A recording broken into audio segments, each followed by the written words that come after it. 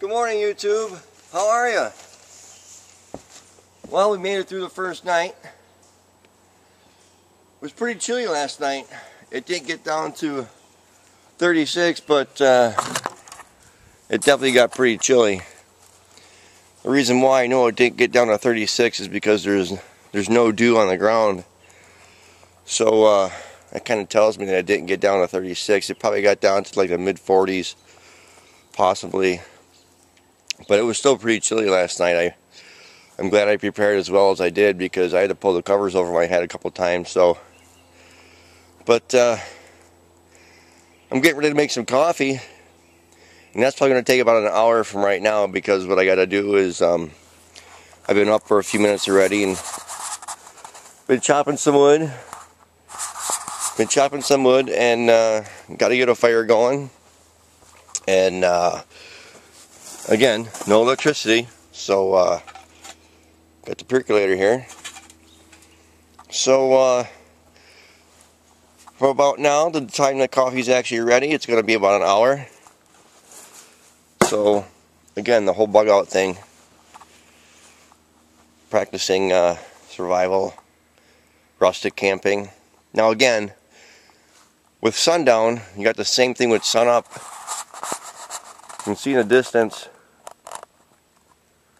the sun is right over there beyond that pine tree. I don't know if you can see it through the crack there, but the sun is already up, but it's not above the tree line. So that means that we're not getting the full effects of the warmth of the sun yet until it gets above the tree line. So again, it's going to take about another hour before I actually start feeling the warmth of the sun.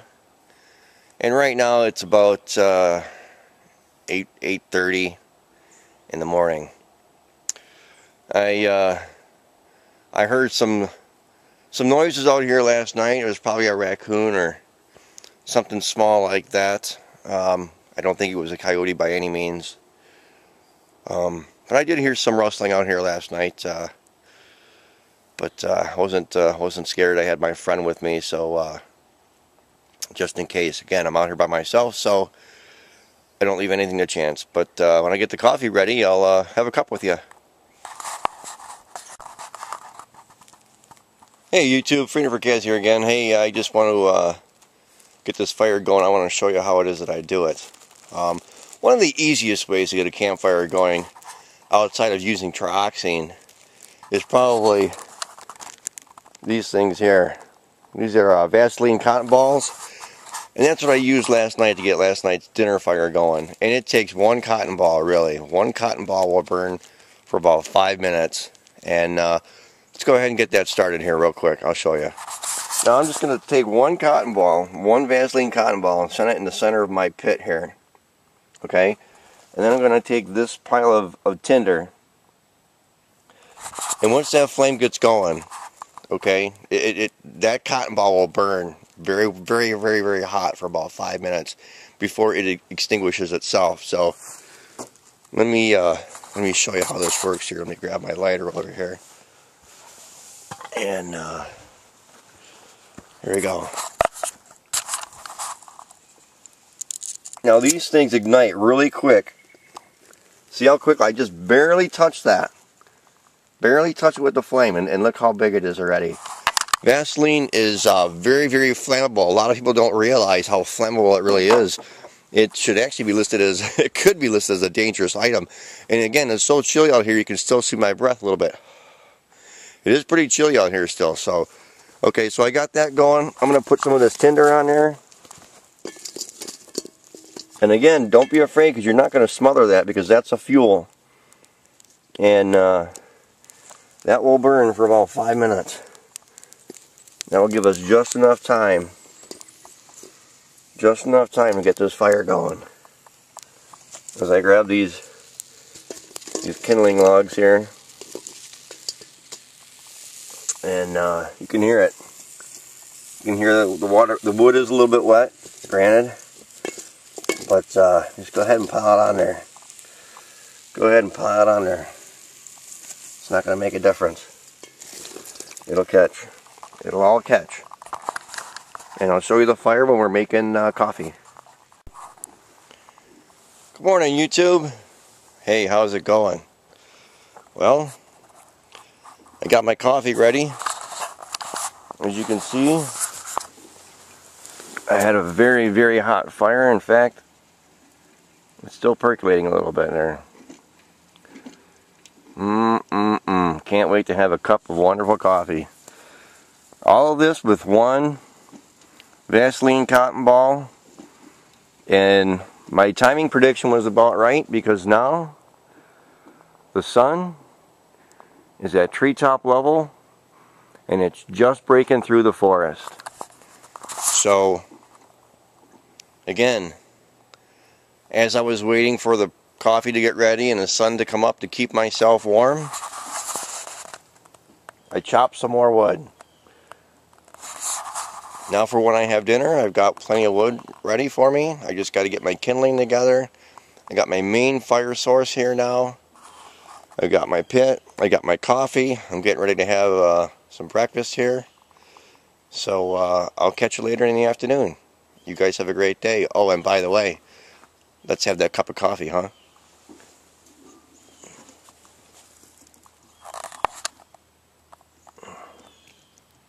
Oh yeah, look at that.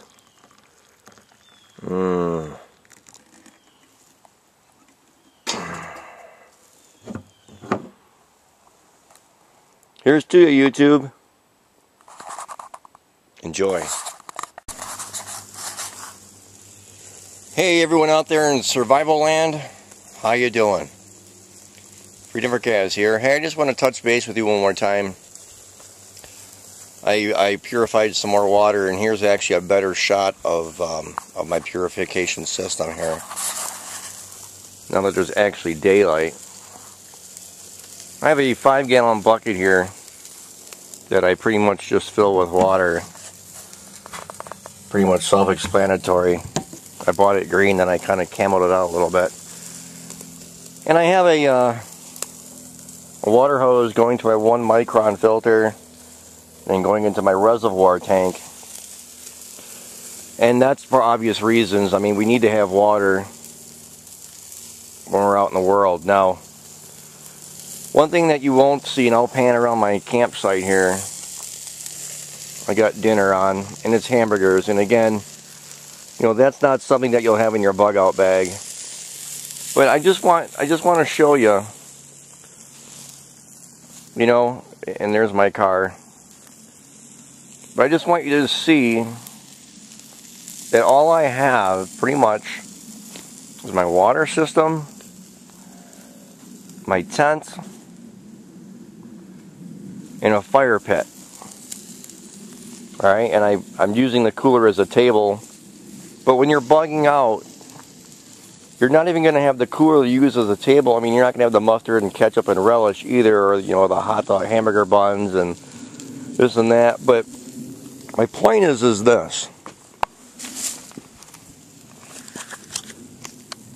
This is what's going to be your meal, your day treks, okay? Now I also brought some of this as well, and I also brought in my bag over here, I brought some rations as well, okay? So it's not like I'm out here saying that I'm doing survival, and actually I'm not doing survival. I mean, once you get your camp set up, it's pretty much go with what you got, alright? And that's the key to this survival trip, is that I'm going to be here for a week, and pretty much what I have is what I have. I have not gone to the store yet. And granted, I have a few things that aren't going to be in your bug out bag, like the cooler, mustard, ketchup, and relish, and things like that. But the basic point is the same. I'm not going to the store, because when you're bugging out, okay, take Hurricane Katrina, take a tornado, take, you know, a military action. The grocery stores are going to be closed, and you're not going to be able to go there and get your last minute needs. In a sense, once you're set up, you're pretty much set up. I mean, you know, you just have to learn how to live off the land. You just have to learn how to purify your water, get your water source squared away, and maintain your food, okay? But in your bug out bag, that's going to be just a little bit different, because the point is that you're going to have to find where it is that you're going to stay in the forest, okay? And you might stay in one spot one day, maybe two at the most. Because when you are bugging out, you're not going to live in the forest for the rest of your life, okay? So you're not just going to be here and say, all right, well, I'm here. I'm going to stay here until everything passes. Well, in Hurricane Katrina, it took forever for things to get better.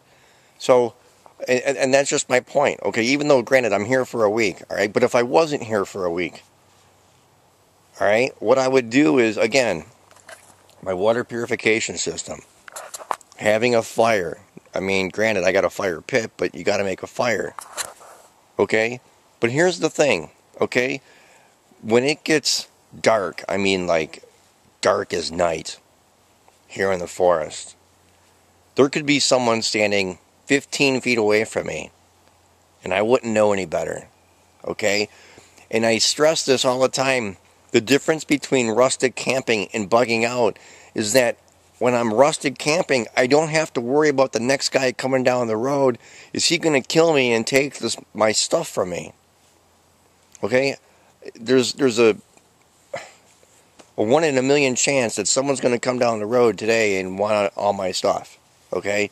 But when you're bugging out, when there's something going on, look at what happened in Hurricane Katrina, and that's a prime example. Okay? People were killing each other for their food. People were killing each other and beating up each other for their medical supplies. Why? Because there was no access to any of that.